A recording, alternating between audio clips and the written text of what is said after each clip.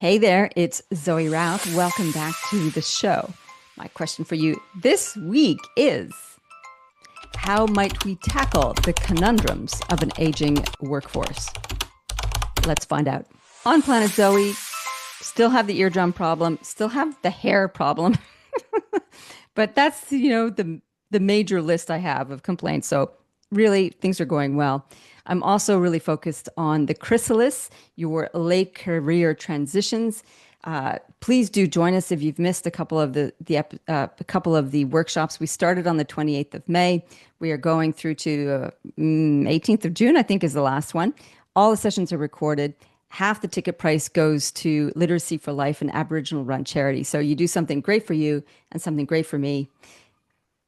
Great for you, great for me, and great for the charity. There you go, a little rhyme. So please do join us. The link is in the show notes. And yeah, let's get on with it. What can I tell you? Oh, my guest today, Mel Kettle. She's been on the show before. She's awesome. She's a oh my goodness. This is a tongue twister. Sustainable success strategist. There you go. I got it. She's a speaker, author, mentor. She's a lot of good fun. She's sensible. She has a balanced approach to workplace practices and is a sought after speaker herself. She has a no nonsense approach to dealing with aging in the workforce, and especially that bugaboo, that taboo subject, menopause. So without further ado, please welcome my colleague and friend, Mel Kettle. All the way from sunny Queensland by the beach. Welcome back to the show, I think for the third time, Mel Kettle. Oh, I think it might be the third time. Thank you so much for having me. I always love our conversations. Me too. You're a sassy, brilliant, insightful human. Oh. And we are both riffing on this topic, which is, hey, we're getting old. And there's lots of things to consider around that. You and I have both made the shift to beach life in late career, and we were just talking about how wonderful that is. Yeah. But you But have, is it late but career or is it mid-career? Because how many more years are uh-huh. we going to be working for? I love what I do. I can't see myself coming to a hard stop anytime soon. Well, it's a good question, right? Yeah. So, is it late career? That actually, the tonality of that makes us sound even older than we are. I And know. I like the idea of second act. I've been playing with that. Like, this is my second act. I feel like definitely for me, been a gear shift Yeah. in terms of what I'm doing, how I'm focusing, and that kind of thing. And a lot of leaders I'm talking to right now are looking for a gear shift of some sort. They don't know what that looks like. They know that they still, like you and me, love doing something or whatever they're doing. They just want a different version of that, a different pace of that, Yeah. or something new entirely. So it's not like sail off and hang on cruises and play golf. It's more what's next. And I should also say, that sounds disparaging the way that I've talked about that. Someone is knocking on my door. I'm going to have to Go on. press pause and Go come and grab back. it. Might be Rob. Well, that was a unplanned interruption from the guy who's doing all the deck clearing. Such are the joys of podcasting and living in apartments. But we were talking about second acts and how exciting that is. And that's probably a better terminology than a late career. But it actually points me to something that comes up when we think about aging and aging in the workforce. And this is something that you've been riffing about for some Mm. time.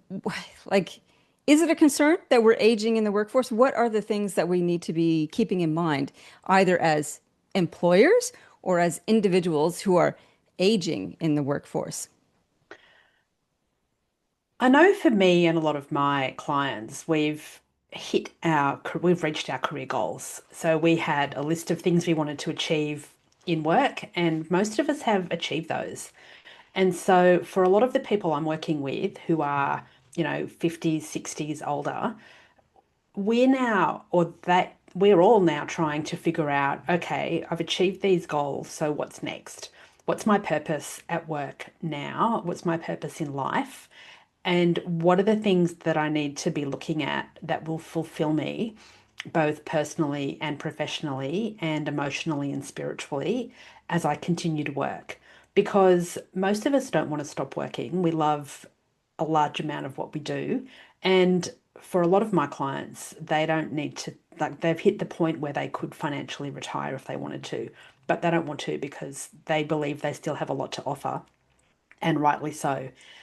And so that I think is something that a lot of employers don't often think about. They don't tend to think about there's this huge and growing cohort of people who don't actually need to be at work but have a huge amount to offer and who want to be here.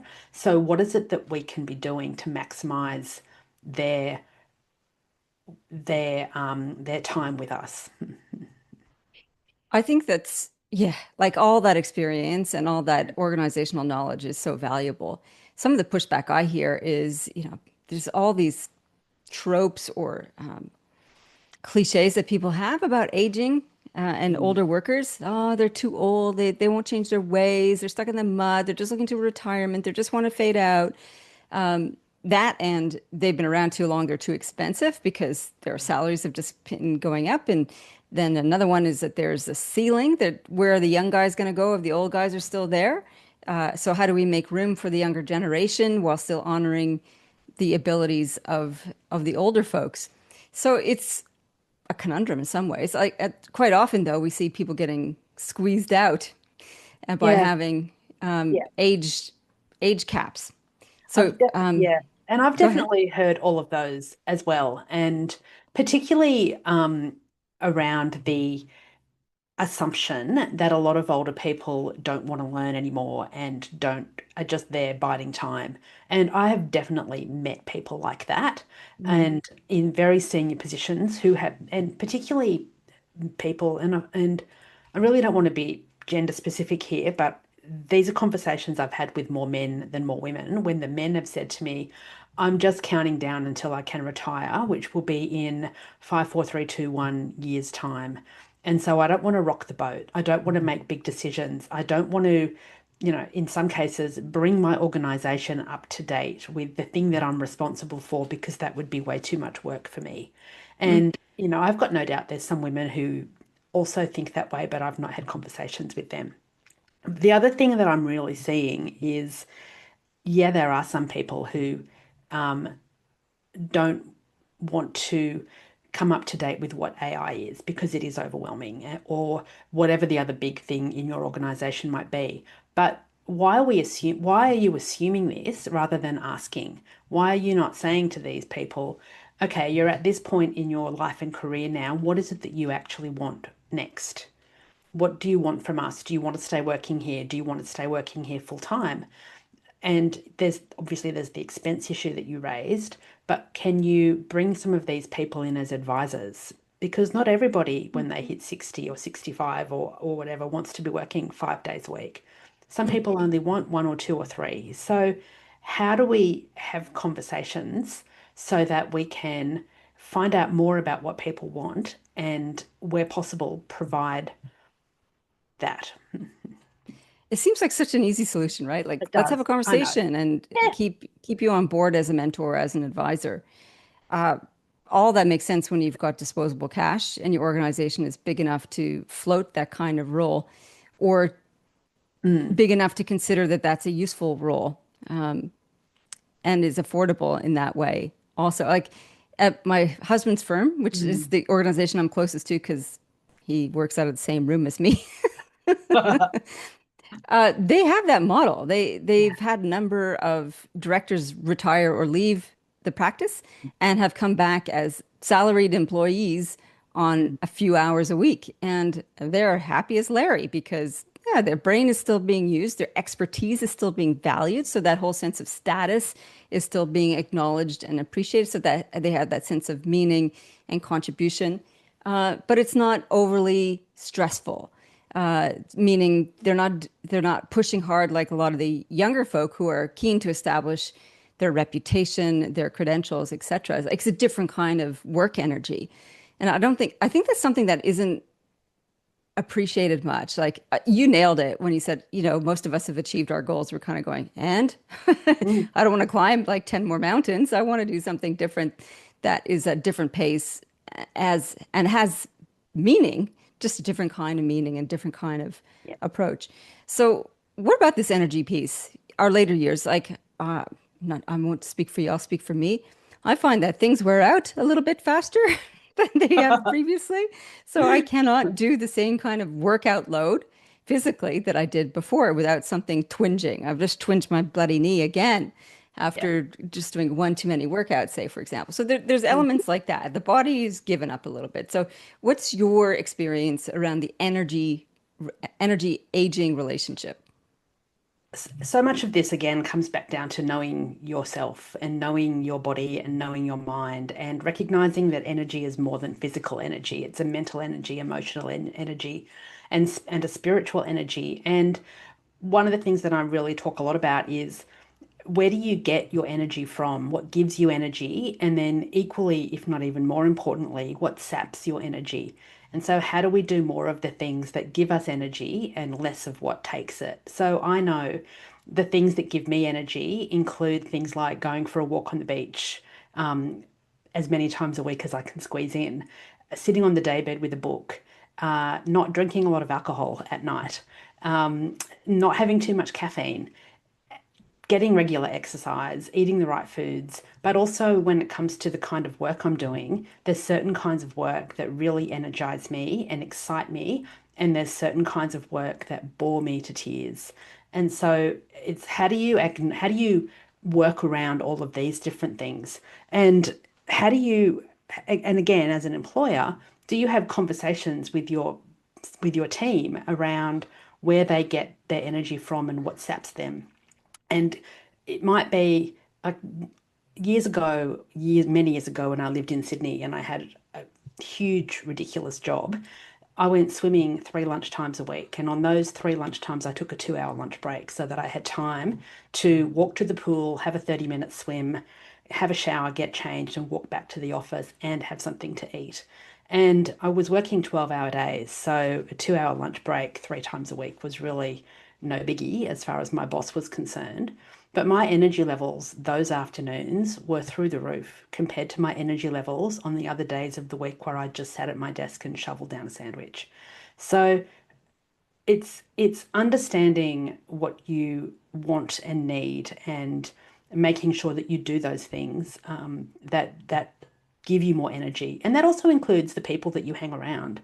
There's some people who energize you and there's some people who drain you.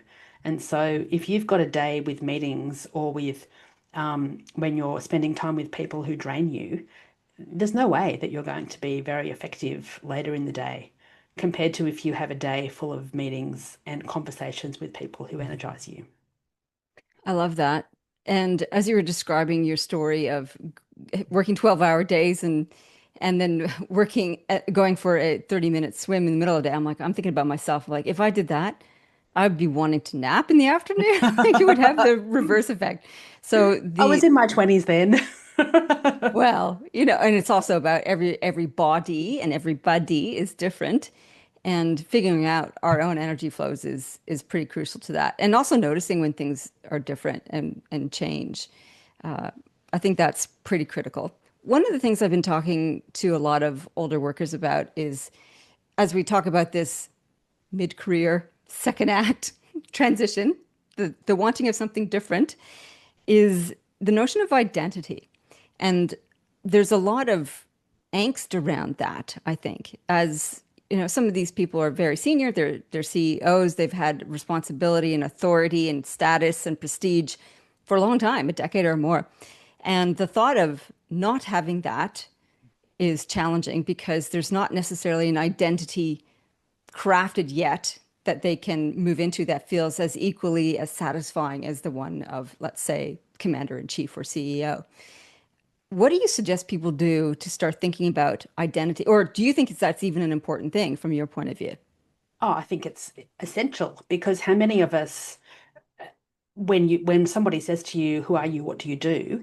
How many of us immediately respond with a work-related answer? is one of the strongest indicators that so many of us identify as what we do for work, as Mm. opposed to who we are as a human.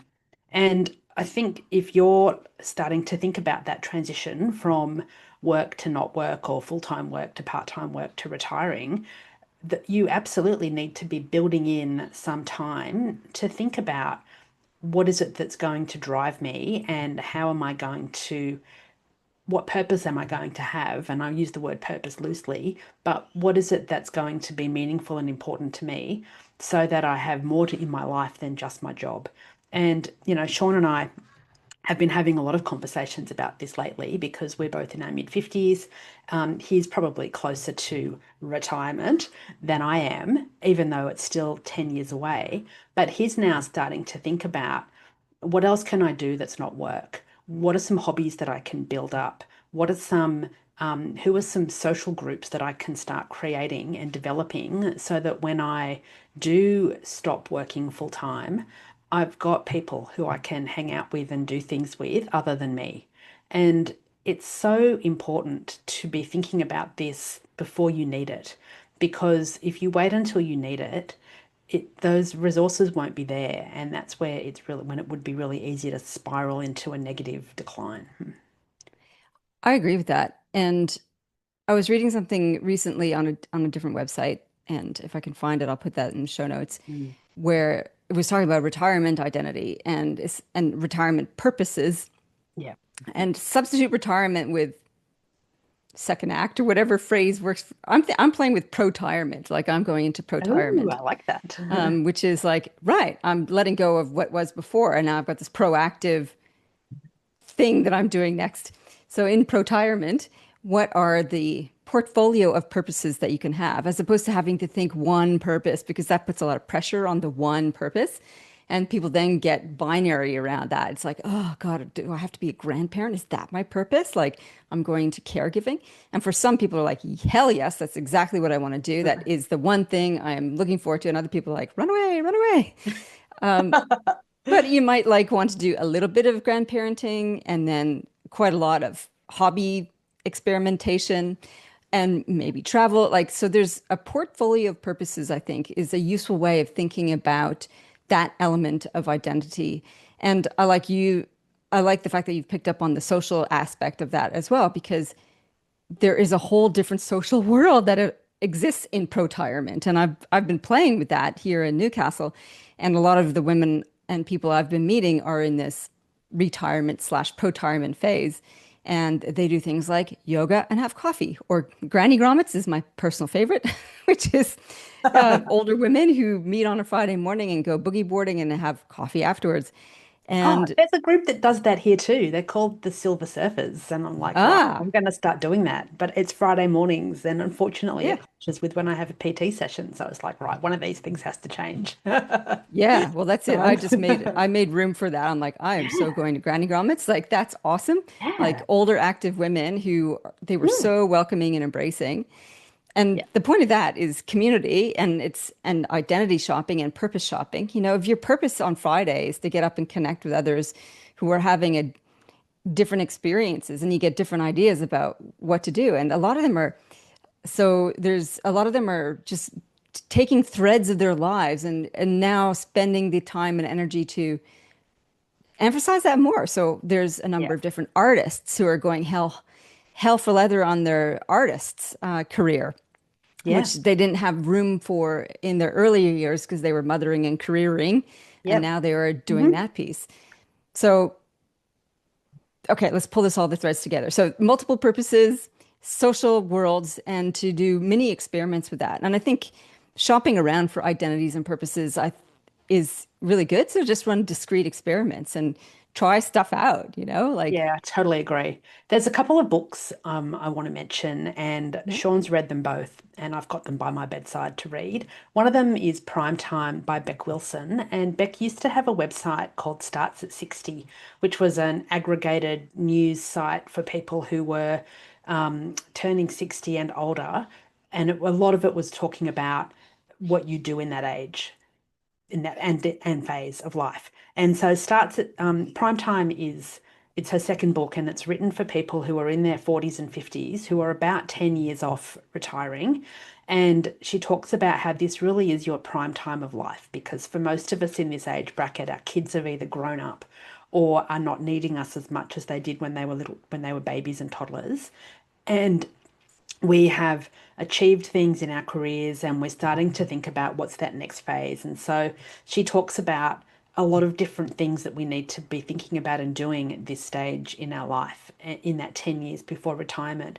And a really big part of what she talks about is purpose, understanding what is of meaning to you so that when you do step away from your job, or worse, get made redundant, you don't feel as great a sense of loss because you've got other things in life that are important to you.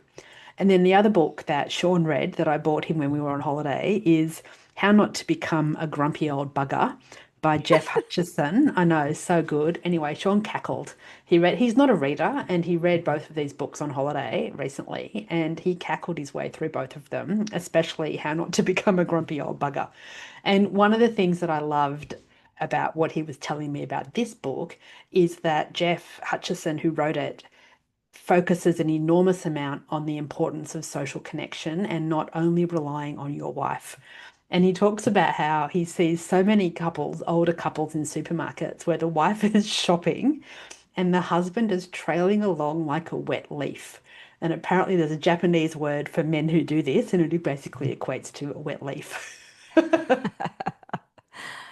Yeah. Yeah. It's interesting because I see that a lot as well. Women are the social connectors, and Yeah. at least the women I've been meeting in Newcastle are like that. They're very active. They have a web of relationships and activities and groups. And the guys, not so much. Tag along. They tag along. They tag along, or they have their wife as a friend and maybe one other person as a friend, and they're less networked. And they're happy with that until their wife dies or leaves or something. And then Yeah. all of a sudden it's like this chasm of social interaction appears in front of them.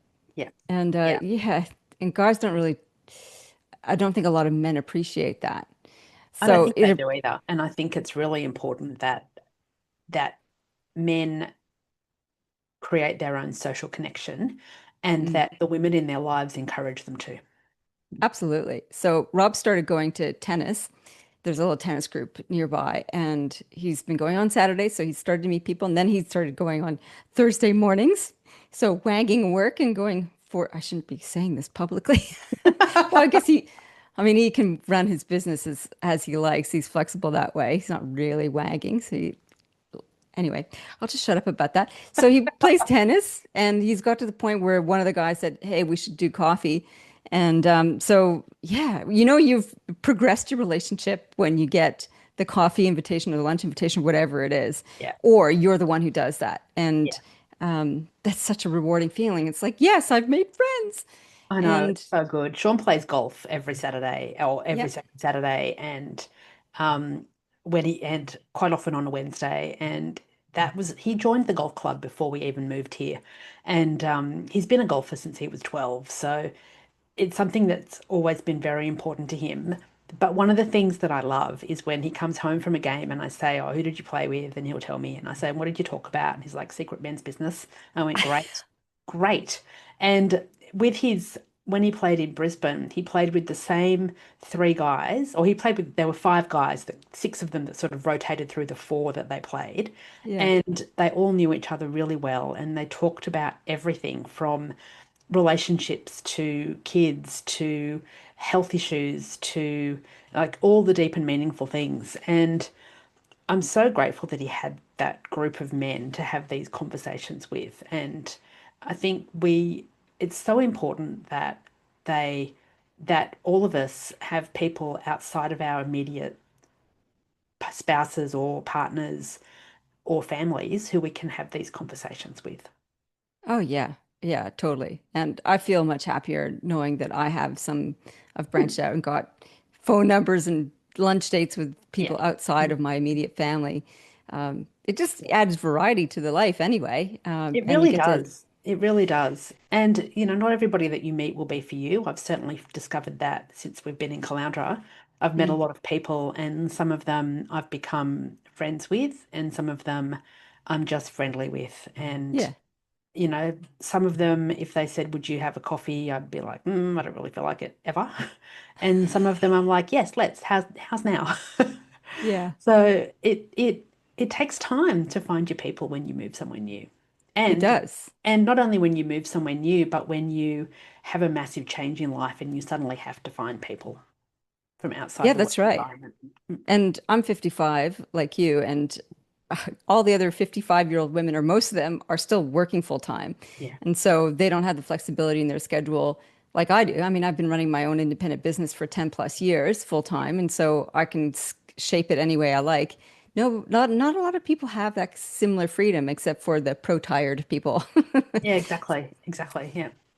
I wanted to ask you about this other nature of age in the workforce, and it's a concern for employers and employees alike, and that's the whole unspoken bugaboo of menopause and andropause, the men's sort of equivalent.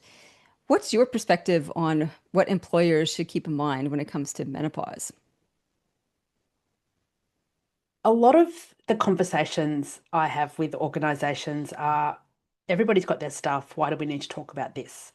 And my response is everyone does have their stuff, and we should be aware of all of the stuff. And menopause is, there's a lot of misconceptions around menopause. And one of the things I say to a lot of my clients is menopause is a stage in life that every woman who turns 50 will go through. And while you don't need to necessarily know the ins and outs of each of your individual staff, you do need to understand that there's a cohort of women in your organization all of the time who will be going through these things. And, the physical symptoms, the emotional symptoms, the struggles, the confusion, the lack of understanding of women who are going through it, of what's happening to them. And so the more you can provide basic information and resources that they can go and get help from outside of your organization, whether it's through an EAP or just links to the Australasian menopause awareness sites. Um, and the more you can train and encourage and support your whole team to demonstrate kindness and empathy, not only to women going through menopause, but people in your organization who are going through any kind of big life change, whether it's a divorce or whether it's a pregnancy loss or whether it's dealing with aging parents. And sometimes people are going through all three at once. I think that's really helpful to sum it up that way. Like we're all going through stuff. Yeah. And, for women, sometimes it's menopause. Some people sail through it, no problem, which is helpful because I've been having this very disturbing thought. And I'm going to air it publicly because I find it concerning because if we bring so much attention to, menopause and there's been a push by some people to have menopause leave and all this stuff, I'm like, okay, fear that being a woman is going to be even more of a disability in the workplace or a hindrance in the workplace because we've got periods when we're younger that can be crippling. And then we've got pregnancy and child rearing, which can be an interference in the workplace. And then we've got menopause. So it's stacking up against women because of our biology that we are perhaps less reliable or consistent employees because of our biology. And if we keep shining a torch on it, my fear Yeah. is that women will be not selected for workplaces because their biology is an impediment to employment. Now you're nodding, so I am. That's a big fear of mine as well. And okay. it's certainly something that I've seen happen across my, as I've grown up. Like I remember going to job interviews in my 20s and having interviewers say to me, when do you think you'll start having babies? I'm like, well, you actually can't ask me that. And Mm, it doesn't matter what my response is, you're not going to believe me anyway, because you're going to be telling yourself this story that I'm going to have children and leave you, or go on parental leave, or mm. whatever it might, or be sick, or whatever it might be, because you've had a staff member in the past who was a woman my age who did these things. And I I really grapple with that as well for those reasons. One of the ways, like I was having a conversation with a colleague about this about a year ago, and she said her organization has can't they no longer have leave for all of the different things. They have a bucket of leave. All employees get a certain number of days of leave. So they get their annual leave, but then they Mm, also get sick leave and carers leave and moving house leave and, bereavement leave. And they've just worked out what's the number of days that's fair and equitable on top of the 10 days of sick leave. And we're just going to call it leave. And you don't need to give a reason when you take those days of leave. mm. And some of those days, if they're not used, will roll over, or I think they might all roll over if you don't use them into a future year so that they can accumulate. But you don't get paid out for that leave when you leave. Leave when you leave. Um, Yeah. but she said there's so many benefits to that. It means that people can take days off if they're going through DV and needing to leave without having to declare that to their manager. If they have really bad periods and they don't want to disclose that to their male boss because they're embarrassed, they don't have to. Mm, They can just take some days off. If they, whatever the reasons are, they can just apply for leave. So it's better for the mm, employee. She said it's also so much better for our internal systems because we've only got one checkbox now mm-hmm. in our system for leave, whereas before they had something like 17 different options for leave. And so she said that meant that there were 17 different types of accrual for leave and 17 different things we had to work out and 17 different ways it could go wrong in calculating what people had left as an entitlement. And she said this way it's just so much easier for everybody. That is brilliant. Good, And isn't it? that kind of Mm. it kind of erases off the whole bias towards women. Yeah. And that Um, was the other reason she did it, even though mm, the organization that she worked for was something like 75% female. yeah, yeah. I think it's really good. Uh, it reminds me of a worse story where a friend of mine, she was had to take some leave because of a shoulder reconstruction, Mm. and her supervisor said, "You need a doctor's note saying exactly what you're having done." For your sick leave. And she's like, I think that's illegal. I'm like, I'm pretty sure that's illegal too. Like, it's none of your damn business, Yeah. you know? Yeah. Yeah. And what was the point of that? To try and prevent fraud? Like, I don't know. Nosiness. Nosiness. Yeah. Nosiness, Yeah. or even sometimes people are Or on a some witch sort of hunt. control. Yeah. Yeah. And I it's bad, know whatever it is. when I worked in government and had a team, and when I worked in the private sector and had a team, if someone rang in sick or sent a text in saying they were sick, I would always respond and check to see how they were, but Mm, also ask, how many days do you think you're going to be off? And I don't care what the answer is. You don't need to tell me why you're not coming in. I would just like to know if you think you'll be here tomorrow. Because if you're going to be off for longer, then I might need to get someone to do some of your work, yeah, particularly if that, because we worked in very deadline driven organize teams. yeah, And I explained that to all of my staff when I arrived and then when they arrived. I said, this is the process around leave. I don't care when you take sick leave or other leave, but I do need to know if you think it's going to be one day or multiple days. yeah, And not because I need to check in, but just so I can manage the workflow because yeah, it impacts a lot of other people. And that I think is something that is often underestimated, the impact on other people in the workflow by staff who are like, it's none of your business how long I'm going to be off. And it's like, well, actually, yeah, as your manager, it is my business. yeah. It's a polarity, right? So It it's is. like it's the individual's needs and the organization's needs, and there's got to be a balance between the two. It's not just one has primacy rights over the other. It's balancing them. And I think if we're more astute with that and not judgmental about that, then it's helpful. And I think it depends as well on what your organizational culture is and your team Mm, culture. Like I see a lot of people on social media saying it's my right to have leave. And yes, it is as an employee, but it's also your employer's right to make sure that your leave doesn't disrupt the entire team. And so, yes, you can have your, 2 weeks if you're in the US annual leave or 4 weeks if you're in Australia annual leave. But yeah, if the entire team wanted 4 weeks in the September school holidays, then what would happen? Yeah, It that's would right. be carnage, depending on your Carnage. environment. But it would, in organisations that I've worked in very very busy and demanding communications teams and event management teams. If my whole team were off at the same time, then we would not be delivering the expected work to our clients, which means we would lose the contract, which means they would all lose their jobs. And some people just didn't get that. Yeah. Yeah. Yeah. Okay, wonderful. Mel, are you ready for the fast three? Oh, I'm ready. I'm ready. Okay, good. Number one, what's the future technology you most want right now?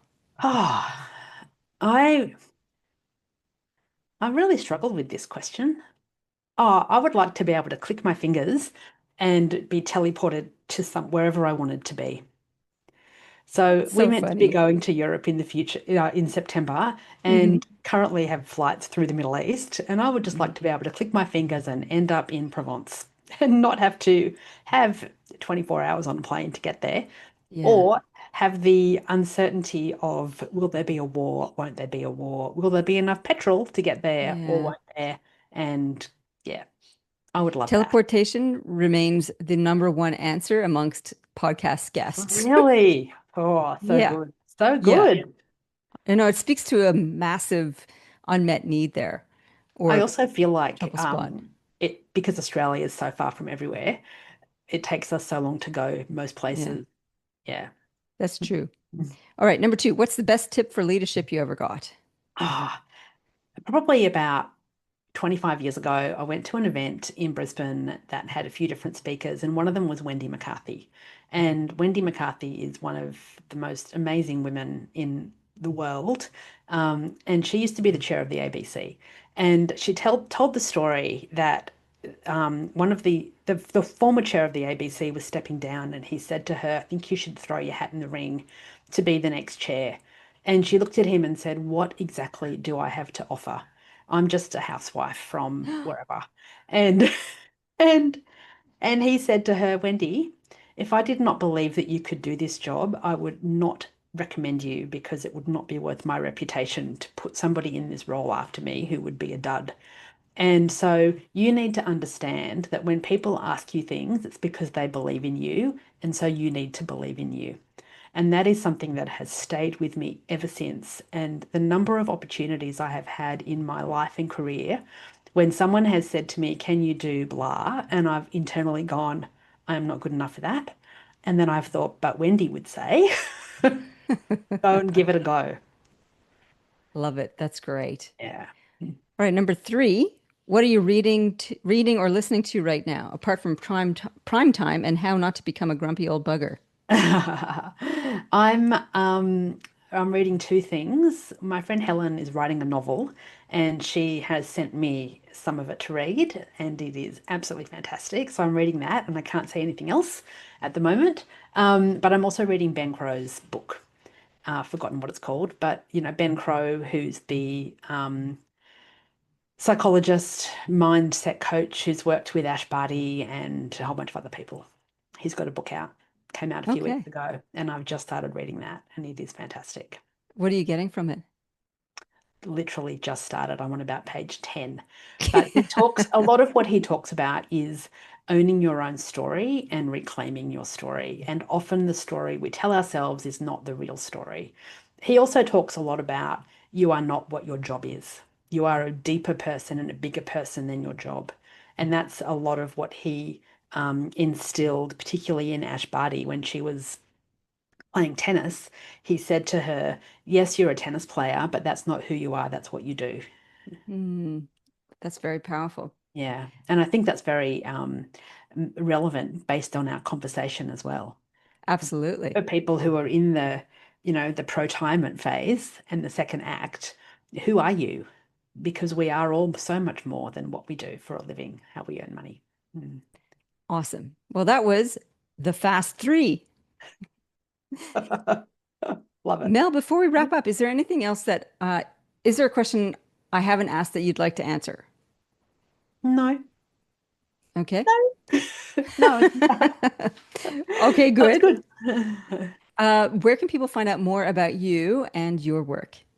So my website is melkettle.com and you'll find me on LinkedIn and you'll also find me on Instagram at Mel Kettle. My LinkedIn is very businessy and my Instagram is lots of books and food and unattractive photos of me at the gym with my grumpy face. Yep. Yeah, I loved your post today about, yeah, I didn't want to go to the gym, but I went anyway.